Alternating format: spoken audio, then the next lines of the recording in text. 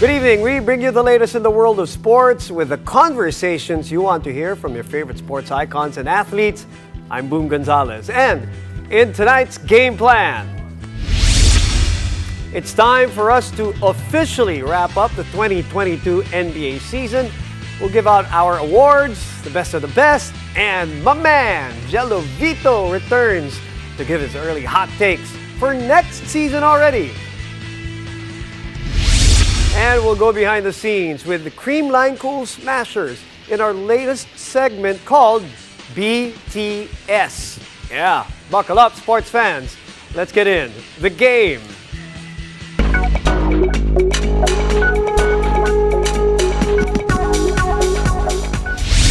Our very own Kai Sotto participated in the NBA draft earlier today, and although he went undrafted, our country roars proud for the potential of the young Pinoy to eventually step foot in the NBA. Now, joining us tonight to give his reaction is Mr. Hot Takes himself, Jello Vito. No hot take in terms of this one because there's no gloom and doom. Yes. There's no such thing as an L. Yep. This was all a W from the start till today. Yeah, you know, you gotta be happy for Kai. And syempre, for all the fans. Kasi for a 20-year-old kid to take that leap, Right?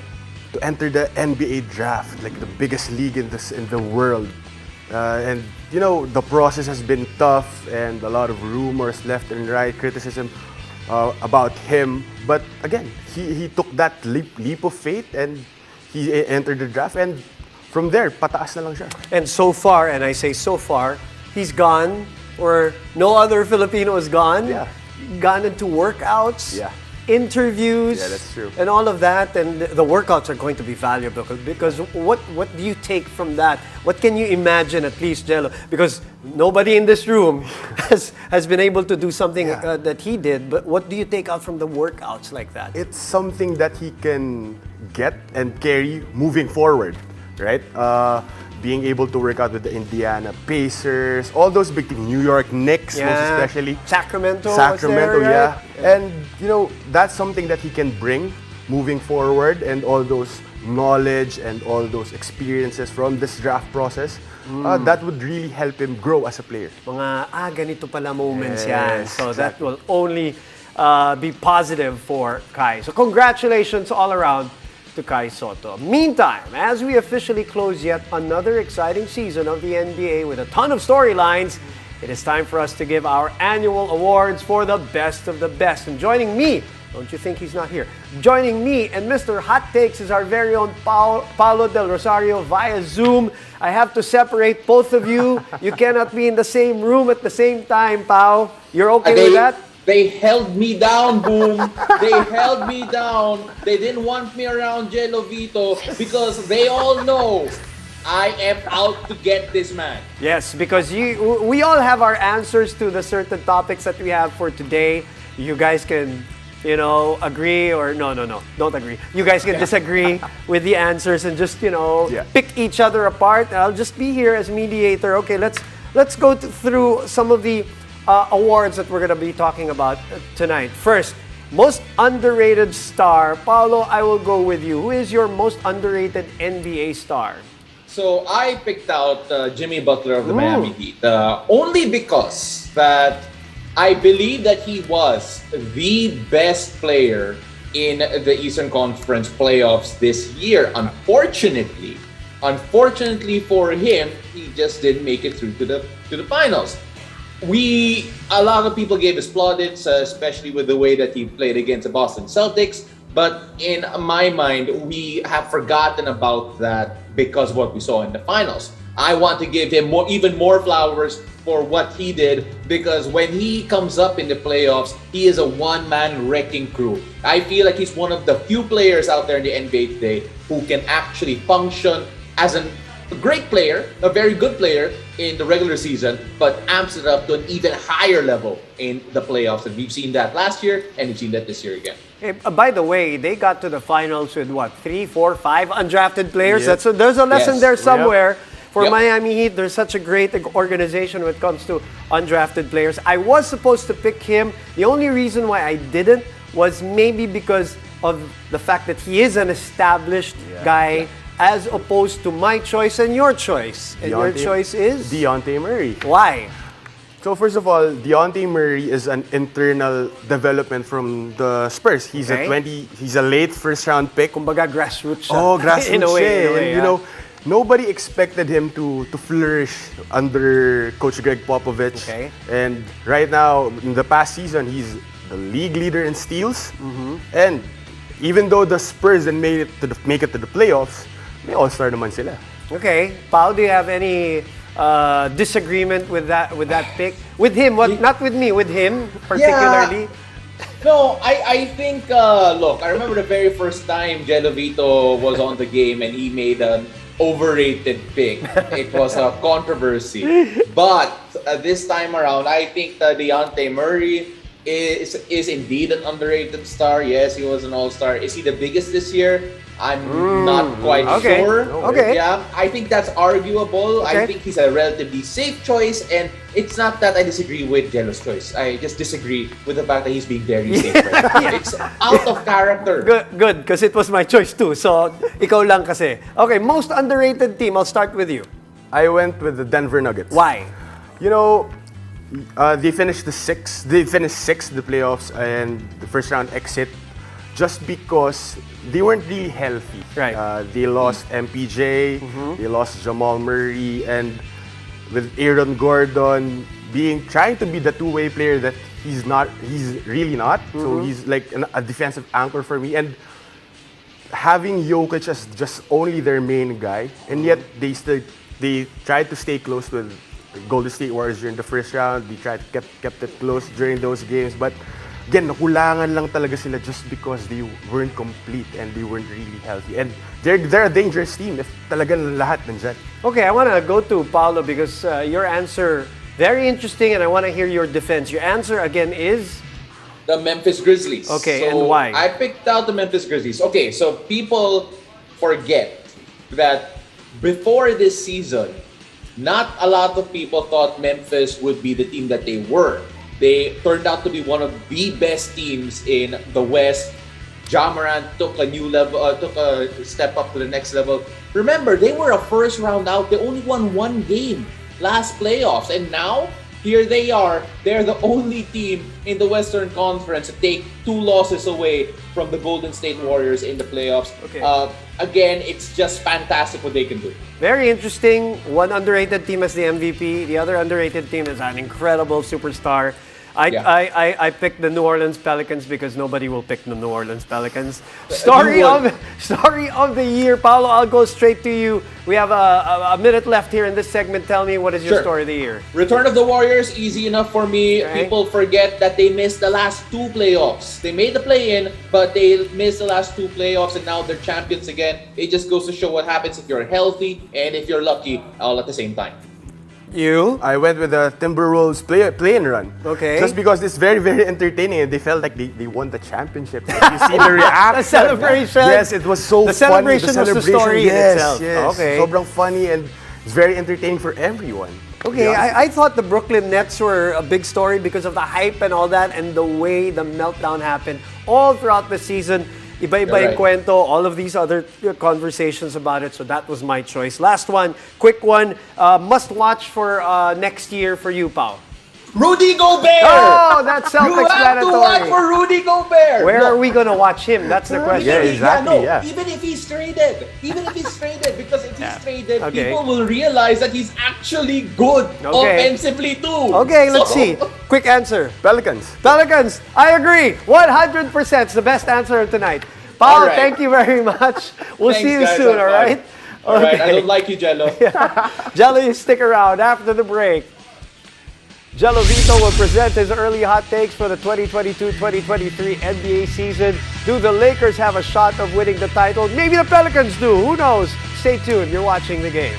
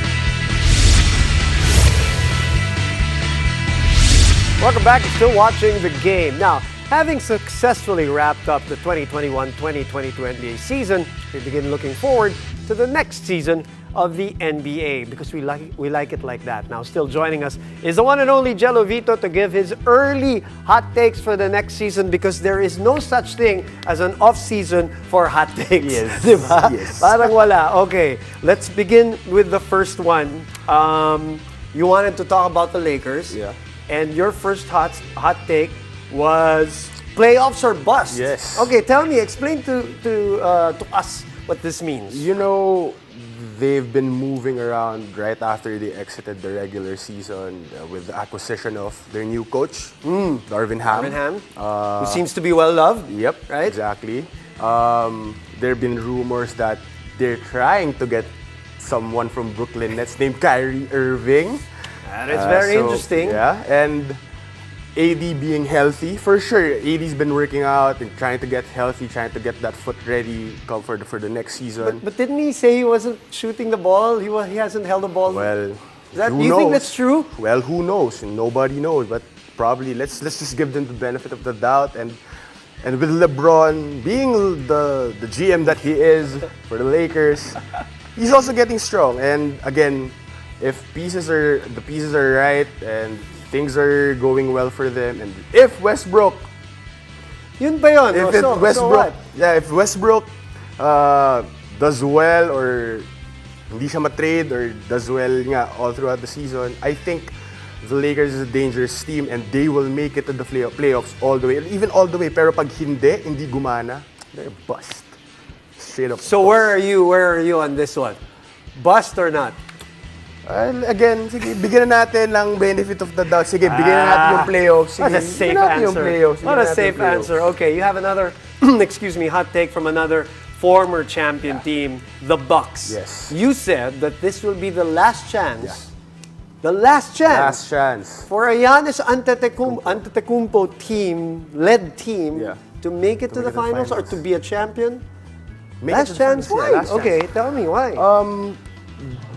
You've seen glimpse of them, like the true form of them during that finals run Okay. previous season. But with Chris Middleton not being healthy and not being there all throughout the playoffs, PJ Tucker leaving, so kumbaga nawalan sila ng pieces for that season. And if the Bucks don't make moves that would revolve around Giannis and sige, sabihin na natin around Chris Middleton and Brook Lopez, I really think that kukulangan pa rin sila eh. I mean, they're gonna be a contender in the playoffs, no doubt. Right.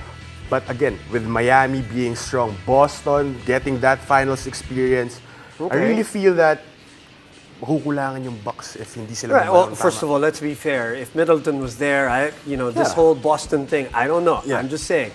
But okay, there's the last contract here for Brook Lopez. Key, very key, underestimated and key. Pat Connaughton, Bobby Portis, obviously well loved. Giannis's last year is 2026. Yes. Middleton is next year. Drew Holiday is okay till 2025.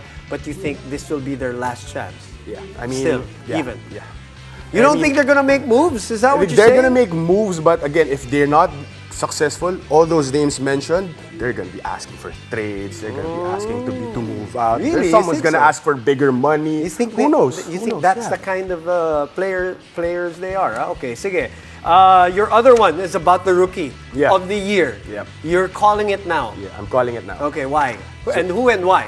Jabari Smith Okay. Jr., the third overall pick of the Houston Houston Rockets. Rockets, that's right, will today. will be the rookie of the year. And the reason behind I've that? seen his highlights. He's a 6'10" wing who has a decent shot, who can put the ball down. And again, he's the type of player who matches well with the system of Houston together with that young core of Jalen Green. So you're saying he's gonna KPJ. get his shots? He's gonna get his shots. knowing that Christian Wood is already out. Oh, that's of Houston. right, that's That's right. gonna be his position. Okay, that's So, a very good point. That's gonna be his You're position. selling right me now. to it. Sige. Yeah, and again, he's the type of player who can play multiple possessions. He can play and defend multiple possessions, and that's what Houston needs right now. Okay, speaking of Christian Wood, where did he go? Dallas. Dallas. And your last hot take, Luka Doncic is you're calling it MVP already. By the way, Jabari, medyo malas yung pangalan niyan sa Actually, rookie, may point ka dyan. Sabi ko lang, Luka Doncic for MVP. Why?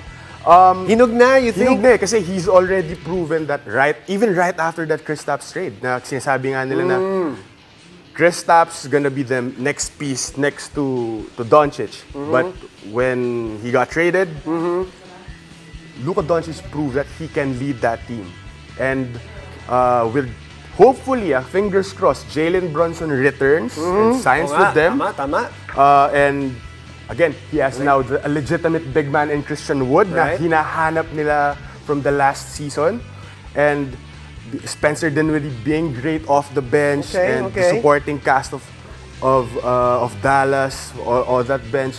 Again, props to Dallas for creating a team and building a team around their star in Luka Doncic. And if pieces fall into place, Luka Doncic for MVP. Okay, let's see if he comes into shape. Kasi he did not come into shape. Again, that's gonna be a lesson for him for Pero sure. yun na nga, he didn't come into shape and yet it was. And yet he was that good. Okay, great hot takes. We will put a post-it somewhere and we will remember this and we'll check in with your hot takes a year from now. Jello, always a pleasure. Happy weekend. Thank you very much. And after the break, it's time to go behind the scenes with Creamline Cool Smashers in our latest segment called BTS. Stay tuned. You're watching The Game.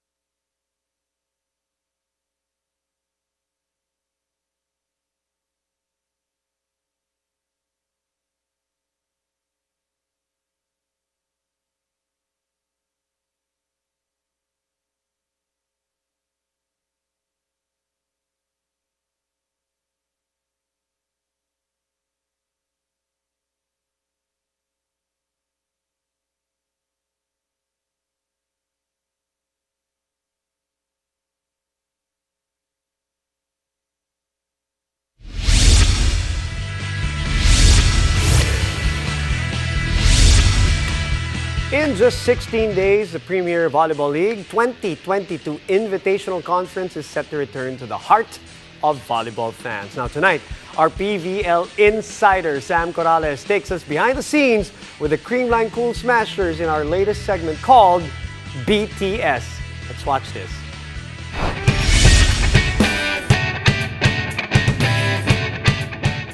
Hi everyone, I'm Sam Corrales and welcome to BTS, where we go behind the scenes with your favorite PVL teams. So samahan ninyo ako today at makikulitan with the Creamline Cool Smashers here in the preseason shoot ng PVL. Tara!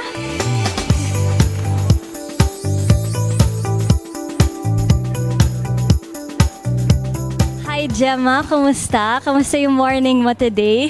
Pagod po. Char. Tapos lang po ng training kasi, pero okay naman. May training kayo before this? So usually in a day, ilang beses kayo nagte-training? Once a day lang naman. 3 hours, yeah. 6 to 9. So let's say after ng training mo, syempre madami pang time. Ano yung mga hilig mong gawin after training? Eat and sleep. Yun lang talaga kasi recovery din talaga. Especially ako, wala pa talagang pahinga. Kasi after last season, nag-national team. So, mas kailangan talaga recovery. So, sino yung pinaka-close mo sa team ngayon? Hilaan natin siya. Halos lahat naman. Kasi 5 years na kami magkakasama. Parang si Tots and Pangs lang yung... And Ella yung bago sa amin. Yung kakapasok ng... So, kamusta naman si Tots? Napaka-attitude. As a teammate? Attitude. Excuse me, I'm so bad. Toti, okay naman si Toti, maingay. So, madaldal siya. Pero nakita niyo naman siya sa court, di ba? Talaga nagko-contribute siya. And MVP last season, di ba? So, I think yun din naman yung nagbibigay sa kanya talaga ng power, yung talaga nag-iingay siya sa loob ng court.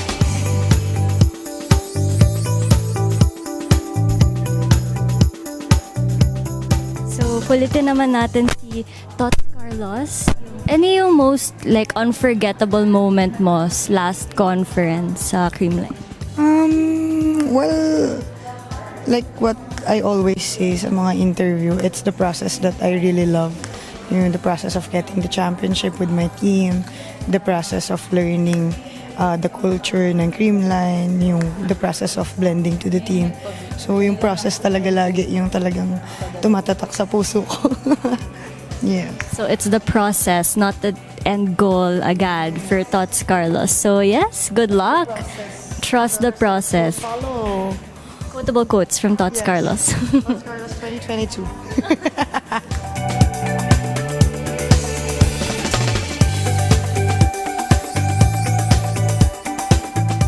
Now we'll go, of course, to the phenom, Alyssa Valdez. She's doing her makeup. Yeah, so get ready with me with Alyssa Valdez. Okay, so yes, tell us what you're putting on your face. No, I'm getting stuff from my teammates because we really didn't know that kami yung magme-makeup. As if I know how to do makeup, my own makeup. But since since I went to PBB, so I'm trying to learn how to put on makeup. Idol ko talaga si Sam, guys. Di ba fresh na? Kami sa Creamline, we always bring everything. That's the rule, number 1 rule. Dalawang color ng socks, dalawang color ng knee pads, lahat ng jerseys. So, lahat sila laging parang maleta talaga yung dala namin whenever we go to the game. Kasi you wouldn't know what will happen eh. So, we're always So what will happen if someone forgets an item during game day? May parusa ba? Or tatawanan namin siya. Parang wala pa naman na nakakalimot. Wala namang major changes. I think that's one of our strengths. We're banking on that also. We're sticking to our lineup also. MG is also back. So, yun. I think yun yung isa sa mga things na advantage ng team namin. Matagal na rin kami magkakasama. So, medyo parang tinatawag kami sa medyo steady Carabaos kami in a sense na we're sticking to that steady Carabaos. We're sticking to that strength of our team. saan galing yung Carabaos eh? So we had the team building. So the team building parang chinek kung anong type kami ng yung personality namin. So most of us are steady Cara. Parang yun yung isa sa mga So yeah, we call ourselves, we're all steady Carabaos. So yeah. Dapat pala Creamline Steady Carabaos yung team name. Always learning something new from you. Thank you, Alyssa, and good luck sa shoot.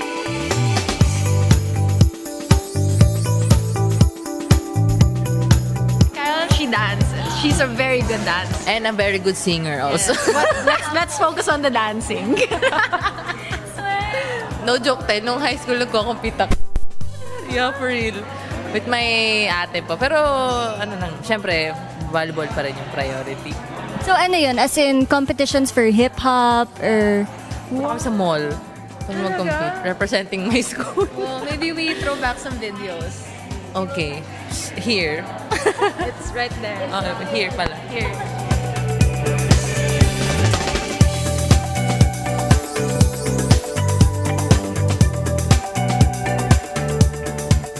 Diba, growing up, I was a student athlete since grade school. So parang na-translate lang to a mom and athlete. Kaya mama athlete. You know that, you're pep, diba? Alam mo naman na ang hirap i-balance. But kaya, dahil sa disiplina, sa hard work, alam mo mag-time management. Yun yung pinaka-importante, time management. And what is one thing about the sport that you want to share with your kids in the future?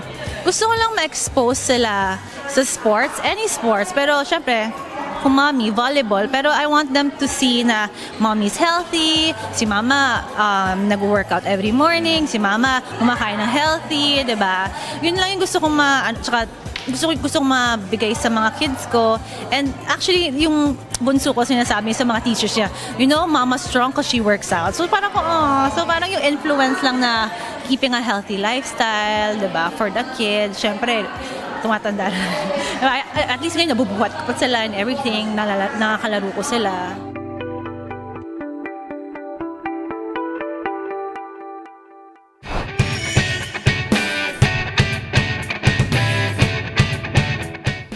That was fun. Hope to see some more. That was our very own Sam Corrales with the Creamline Cool Smashers on BTS. Thank you for joining us. I'm Boom Gonzalez, and this has been The Game.